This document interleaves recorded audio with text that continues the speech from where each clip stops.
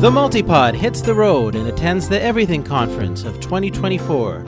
I'm your host, Ted Craig, and I'll be reporting live from Minneapolis, chatting with multi-potentialites from around the world as we share the energy, enthusiasm, and stories of this wonderful event. Thanks for joining me. Let's jump in. All right, so I'm joined now by my regular co-host, Vanessa, who joins me from Edmonton. We are both Canadians. Yes. Now, are you a citizen yet? That's coming up soon, right? No, but I applied. Nice. I am waiting to hear back. Yeah, that's cool. Yeah, so Vanessa, well, let's say U.S. American Canadian, but you've lived in Canada for a long time. Yeah. And again, just like with Sónia yesterday, Vanessa, I know would love to be joining us in Minneapolis, but I'm going to be representing the MultiPod on your behalf and capturing some stuff live in person. So I think the first question is, is there anything that jumps out that you'd like me to do, to record or to go look for to add to the podcast? Oh, man. Well, we chatted a little bit before we hit record about trying to make it kind of an immersive experience. Maybe that's the word. Yeah. Kind of getting some of the background noise and like describing how things look and giving a bit of a sense to the listener what it's like to be there. And then, I think about those podcasts or radio shows or NPR things or CBC things where they kind of describe visually what they're seeing, and describe the people that they're talking to and the scenery that's around them just in words. And that sometimes really brings me in to what's happening. So that could be something, but I think there's probably quite a few of us who aren't able to go. So would be nice to be able to take part in a weird sort of disconnected way. Vicariously. Yeah. That's what I'm aiming for, to try to impart that as best I can. I think, the more descriptive I can make it, the better. And it's not it doesn't necessarily mean it's just like talking all the time. It could certainly be just, you'll see what's going on in the moment, but if there's some interesting sounds or just kind of background chatter and stuff like that, for sure, you close your eyes and you can imagine. I would have described, I'm standing in the lobby of the McNamara Center. It looks like this, and it's this shape and size, whatever. And the sun's shining in through the windows, and everyone's just milling around in this coffee break after the last session, which was about yada, yada, yada. That could be nice to kind of bring you in. And I think it would be nice to maybe even hear a little bit, like if there are sessions that are planned, you're probably planning on doing this, but with people, giving a session on some kind of topic and then catching up with them afterwards and just kind of hearing from them, from their own perspective, kind of what they were talking about and kind of their takeaways of doing that session, maybe, and like just kind of hearing their thoughts on whatever material that they're presenting. Yeah, well, that's a good question. We, when I was chatting with Sónia yesterday, we did go over some of the schedule, and there's a number of workshops, as you can imagine, all kinds of different topics.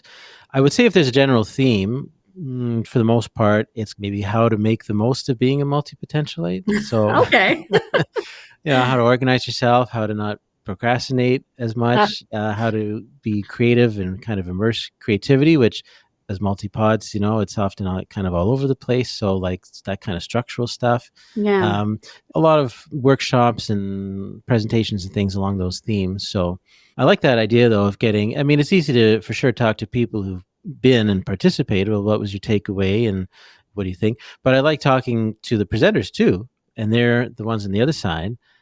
Who organized the thing, and maybe they had some kind of expectations or how they hoped it was going to go. Well, what was your takeaway from it as well? Because also, as we've talked about yesterday and kind of over the course of a lot of discussions, there's been Zoom hangouts and stuff, with people going to the conference, and a central theme is that it's very participatory. So it's not that much of a thing where a typical conference and there's some presenter up on a stage that does their thing, and there's kind of that gulf, between say a speaker and their slideshow, and then everyone else sitting in chairs in the audience. It's not like that. Even if, of course, there's some kind of a stage and slideshow and chairs, like people will ask questions, they will integrate, they will mill around. When it's over, you can go and chat with the person who's probably a friend already. It's a lot more intimate. It's a lot more casual, but also structured. There's an objective for sure. You're at a workshop to learn something or have some kind of takeaway. So, yeah. Yeah, it'd be cool to hear kind of both sides. Yeah. Participant slash viewer and presenter. Yeah, that Yeah. sounds cool. I actually just thought too, something that could be fun is if you came up with some random, those like icebreaker questions that are kind of silly, like, are you a cat or Yeah. a dog person or whatever? You could even ask people some of those little like silly questions, especially to break the ice, like at the Uh-huh. beginning if they're feeling nervous about being on a microphone or something. But Yeah. just in general, I've done that in interviews before, and it just kind of brings a bit of a levity, the right word, kind of Yeah. like a For sure. more fun to something and kind of breaks the seriousness a little bit. Yeah, that's a good idea. Yeah. Which Yeah. reminds me of like this podcast, as you know, like we often use it as kind of a practice place for people who've never been on a podcast, Yeah. who've never done an interview. And the beauty, I think, of our show is that we certainly have an audience, people in the Puttyverse and the kind of revolve around that, whether they're in or out, but they listen to the show. We get a few hundred listeners maybe per episode, but it's not something that's in the thousands, whatever. And you feel like it's a comfortable place to be a guest, to practice and get the experience. But at least somebody's listening. If there's like 5 people listening, it would mean like you might as well just talk to yourself. But there's enough people to make it worthwhile, let's say, and validates it Yeah. without it being overwhelming. And that'll Yeah. be, I'm sure, a similar feel as I'm there this weekend doing this. It's a little less intimidating, maybe. Well, they point out too, this is going to be a very introvert friendly event. Yeah, I can imagine. Yeah, that's good. Uh-huh. So I appreciate that. I'm super excited, but it's going to drain my energy. So I'm going to find a nice quiet corner to catch my breath. You should. Yeah, I think that's a great idea. I am an extrovert and I still need to like find the corner. And these days, I'm just so tired all the time with having a toddler and stuff that I'm not as extroverted as I was. Like it doesn't fill me up as much as it used to, but it's still definitely there. You still need to find a corner sometimes. Have you met, I think you've met a handful of Puttypeep in person over the years? Met a few. We, of course, met in person and did our... Yeah, we did. Yeah. Our episode, a few years ago now. I met some lovely Puttypeep here in Edmonton. We got together and did like a photo. I can't even remember it was like one of those events on the forum where you post photos. I can't even remember exactly what it was, to be completely honest, because it was quite a few years ago now, but that was really neat. It'd be really neat to go to a conference though and have a bunch of people there that you could meet in person. Yeah, it's the beauty of it, because it's like, it's great when we meet one person, maybe a couple at a time at once, to go to this thing. And there's like, I know I don't know everybody. Like there's definitely people I'm meeting for the first time. And there will be people who are new and yeah. But I should go through the list again, because like there's got to be at least a couple dozen people that I know that I've talked to online, right? Sure. And over the years, and they're all there at once. So that'll be really cool. It's really interesting to meet people that you've only talked to online. But it was more of a nerve-wracking thing when I was younger. These days, I feel like people that's true. Are like our online presence is not, and for a lot of people, it probably is still quite a difference. But for a lot of us, like it's kind of online presence has become just part of our lives. And so it's not as strange to like meet people that you've met online or. Yeah, we're more used to it. Yeah. Huh. Yeah. I should tell you a story. Like I feel like almost a groundbreaker in this way, because way back, let me think, 20 years ago and more, in the early days of the internet, I'm a big racing fan. I love Formula One and stuff. And I had this computer game. It's called Grand Prix 2, which then evolved into Grand Prix 3 and Grand Prix 4. I think you've told me this story, but please tell everybody. Years ago. But listeners I think will appreciate this, because this is kind of the theme of the whole weekend, is we're meeting each other in person. So with this game, this was, again, early internet, long before there's any kind of online streaming or speeds and bandwidth or any kind of stuff. But a lot of people around the world had this game, and some guys figured out a way that we could all kind of set up the game in the same way with the same settings, and basically do a race. And you drive a race offline on your computer, save the file. We'd all upload it to like a central place. Someone would be in charge of checking the file and like adding all the times, putting them together. And of course, whoever did the race the fastest was the winner. And so you'd think we were racing each other. We could put our actual names into the game. It was quite customizable. It just wasn't online live streaming and stuff like they do nowadays. Right. So, for the time, it was incredibly groundbreaking to think that I'm racing against these guys from like Australia and Argentina and a few in the States and Canada, but most of them are in Europe. And even then, most of them are in the UK. So in 2003, I took a year off university and I went and lived in the UK for 6 months and got a work permit and so on. And part of my kind of goal was to go and meet some of these guys that I'd known for a couple of years, my racing buddies. Only I'd met them online. And I should Love point out, that. I always forget this too. This was long before the days of like video, Zoom, any of that stuff didn't exist. I may have seen a picture like Yeah. once or twice, but it was all done by chat. Like You do not know MSN what you're getting Messenger, you remember? into, and Yeah. could And be a like little mostly email. scary, but That's true.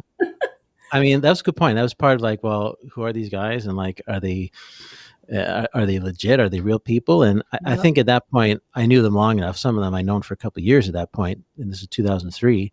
So it was pretty exciting to actually go to England, and like we set up a meetup in. A few of us met at a racing museum north of London. I remember I stayed with another guy overnight, even in Lincoln, and then I stayed with another friend in Liverpool. I met another guy in Dublin. That's right. He gave me his old mobile phone. And yeah, this is all, it's hard to believe. It's 21 years ago that Wow. I was doing all this stuff. And it was so groundbreaking to think that you could meet someone on the internet. I don't know if we'd even heard the sound of our voices, actually. That's the other thing. Like it was Probably all done not. by text. Yeah. Yeah. So Wow. That is so nowadays it's wild. like, it's so easy now. And I mean, the people I'm going to meet this weekend, for the most part, I have talked to in the huddles, of course, Zoom and all the rest. So there's already some of the familiarity, right? Mm-hmm. Imagine that this might be the case to some extent, but imagine that, you're meeting someone, you have no idea what they look like, maybe a quick kind of fuzzy picture, and you don't know what they sound like or any of that kind of stuff. Is basically just a name. That was And what if it you was like. like meet in a public place, you're like looking around for them, and you're like, "What?" Trying to find somebody who vaguely looks like this picture, and then Yeah. you see each other, and you're like, "Name, Yeah. name," and then like if they're the right person, you like, yeah. Oh my gosh, that's so funny. I mean, there are still people who are on the internet who have a very different internet persona than in their real lives, Mm-hmm. and that can be a little sketchy. But I think like there's something about the Puttyverse too, where like not just anybody can join. You kind of Mm-hmm. have to like maybe not apply, but it's not like you can just sign up at any time and just like Yeah. And people who generally, I mean, you're paying money for it, so people who are Mm-hmm. in there are generally people who want to be Yeah. interacting in there. And I haven't been on in a while, but I do pop in quite a bit in between and just kind of see what's going on and see what people are up to. And so it's definitely going to be cool to hear what Mm-hmm. you find out, what you learn, and who you talk to. And Yeah. Yeah. It's going to be really neat. So I'm going to do another new kind of groundbreaking thing for the MultiPod, because I don't think we've ever done a video episode. No. not since I started, and I know I haven't been super consistent lately, but Yeah, but yeah. even then, like, it's never really been our default. It's always just been audio, which is great. Yeah. I love audio. And most of what I record will be audio, really, just for the ease of it, and yeah, for the sake of it, because I like the immersive kind of feel of audio. Right, you close your eyes, and you really imagine yourself in a place, listening to a person, let's say, Yeah. especially if they've gone and described it well. But all that being said, I'm kind of curious to do a bit of video, partly to just kind of show people around the place and see some people in action. I think these days it's important to do that. It's easier to do that. All of which leads to, we're going to set up a MultiPod YouTube channel, which is where I can post that stuff. And that'll also make it a bit easier for people to listen to the daily updates, whatever I can kind of put together and release each evening, to listen to it right away, because we will still put things in our MultiPod podcast feed, and you'll listen to it on the podcast apps. The MultiPod is available to anyone. It's a public show. You can find it on Apple and Spotify and all the rest. Sometimes just the way we have it set up, it can take a few days for it to kind of filter through.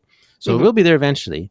But if you want to really listen to it in the moment, or at least, an update every day, we'll have the links, of course, and everything, but look for us on YouTube. It may be audio only. There may be little bits of video, but I think that's where I'm going to post that kind of instantaneous stuff, because it's pretty easy to do it. So I might as well. And people can find it there.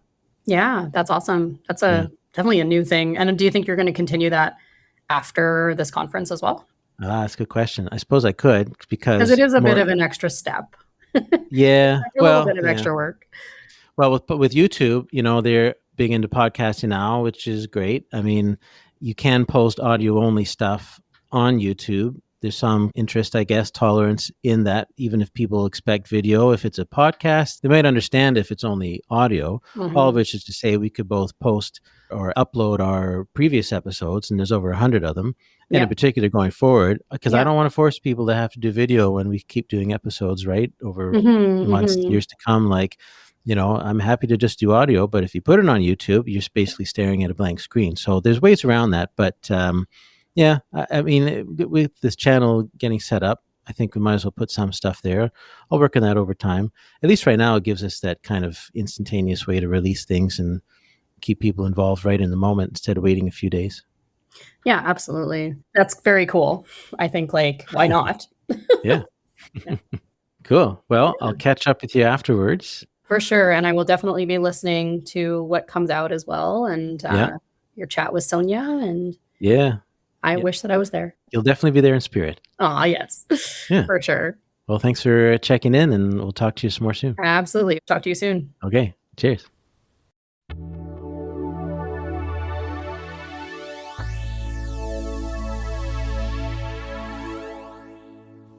Well, thanks again, Vanessa. It's great to hear your voice. Thanks for checking in. And as I say, you'll certainly be there in spirit with all of us at the Everything Conference this weekend. So I'll have one last pre-conference update for you tomorrow. Tomorrow is Wednesday, July 31st, which will be one day before the Everything Conference begins.